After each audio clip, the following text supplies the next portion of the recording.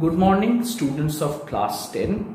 So today we have a very short video presentation on a very short topic, which is another type of asexual reproduction, that is spore formation. Okay, so spore formation, what happens is spore formation is different from multiple fission where cyst is produced. Cyst production और spore formation में difference है, because spore is like an asexual gamete. Okay, spore is an asexual reproduction way, a way of reproducing asexually, but which is like a gamete. A lot of simple organisms that do not have much complexity in their structures, like bacteria, algae and fungi, they reproduce by producing spores. वो लोग spore बना के reproduce करते हैं। Spore कैसा है? Spore एक ऐसा स्ट्रक्चर है जिसके अंदर एक प्लांट बनने का सारा कैरेक्टर्स है।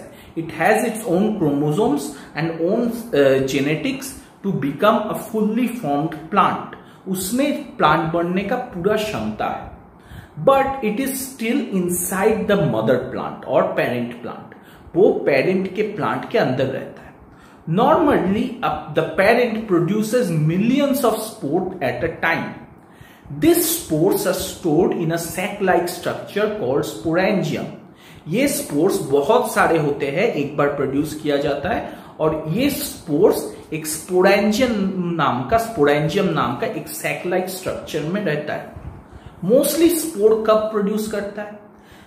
जब ऑर्गेनिज्म देखता है कि एनवायरमेंट कंडीशन अभी जीने के लिए सूटेबल नहीं है, that I may as a individual may not survive through this condition, कि मैं इंडिविजुअली शायद इस कंडीशन से जिंदा ना रह पाऊं, ऐसा स्ट्रेस्ड एनवायरमेंट में that organism produces spores and stores up in the sporangium. ये spores are like dormant seeds. ये डोरमेंट सीड की तरह होते हैं जो कि सालों साल उसी स्टेट में रह सकते हैं, in a state of non living thing. ये नॉन लिविंग थिंग्स की तरह ऐसे ही डोरमेंसी स्टेट में बहुत साल रह सकते हैं, और फिर जब when the favourable environmental conditions return, they then grow into fully formed individuals. जब फिर से कंडीशन एनवायरमेंटली फेवरेबल हो जाता है तो वो लोग फिर से फुल्ली फॉर्म्ड इंडिविजुअल बन जाते हैं। तो इससे क्या होता है? This type of asexual reproduction gives the organism a way to reproduce without facing a harsh condition. समझ लीजिए कि आप एक ऑर्गेनिज्म है और आप एक ऐसा जगह पे रह रहे हैं जहां पे आपके पास पानी नहीं है, where you do not have water, you do not have a source of energy, you do not have sunlight or oxygen, कि आपके पास जिंदगी जीने के लिए जो जो इंपॉर्टेंट रिसोर्सेज जरूरत है वो एक भी नहीं है। Then how do you ensure that your genes get passed through? कैसे आप इंश्योर करेंगे कि आपका जीन्स आगे पास कर जाए? To ensure that organisms, what they do, they make a copy of their chromosome in many copies and store them in small cell-like structures. वो लोग अपने न्यूक्लियस का या एक अपने क्रोमोसोम का बहुत सारे कॉपी बनाते हैं और अब उसको छोटे छोटे सेल में स्टोर कर देते हैं। And they covered the cell in a protective layer and all life processes within that cell are stopped.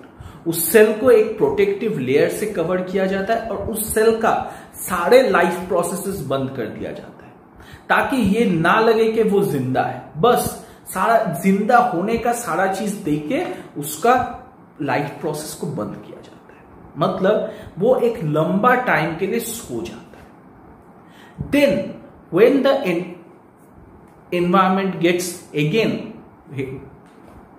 susceptible or environment becomes normal, जब environment फिर से normal हो जाता है, तब वो सेल फिर से जाग उठता है and new life can form through it. This is seen in fungus like mucor, Mucor जैसा फंगस, जैसे जो फंगस आप लोग रोटी पे देखते हो कि एक रोटी अगर आप कुछ दिन छोड़ दे तो वो रोटी पे फंगस आ जाते हैं। क्यों? That fungus is called Mucor, because Mucor releases its spores in the air. Mucor अपना स्पोर एयर में छोड़ देता है and this all our air is filled with different spores of different organisms. So when you leave our food or anything, these spores come and fall down, and now because it's a food means it is a source of energy, right? It has carbohydrate.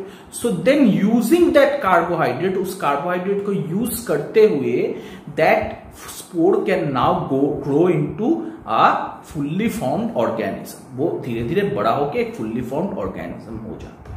That is why, इसीलिए कुछ देर अगर आप रोटी को छोड़ देते हो तो वो खराब हो जाता है। देखिएगा विंटर में ये प्रॉब्लम नहीं होता है, विंटर में आप खाना को छोड़ सकते हैं, खाना खराब नहीं होगा, लेकिन गर्मी में ये ज्यादा खराब हो जाता है because of the temperature condition. The summer temperature helps micro organisms to grow.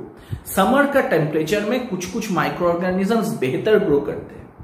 Also in summer we have greater humidity in our area. Summer में हम लोगों का घर पे ह्यूमिडिटी भी ज्यादा रहता है जो कि विंटर में नहीं रहता है। Winter humidity is low, so that does not support growth. But in summer, due to the high humidity and high temperature, if you leave any food materials openly, then that other living things, their spores fall on it, and then they use the environmental condition to grow into fully formed organism. This is how asexual reproduction by spore formation works. इसी तरह से asexual reproduction by spore formation काम करता है। ठीक है, इस section को ध्यान से पढ़िए और कोई भी क्वेश्चन होगा तो जरूर पूछिएगा। Thank you.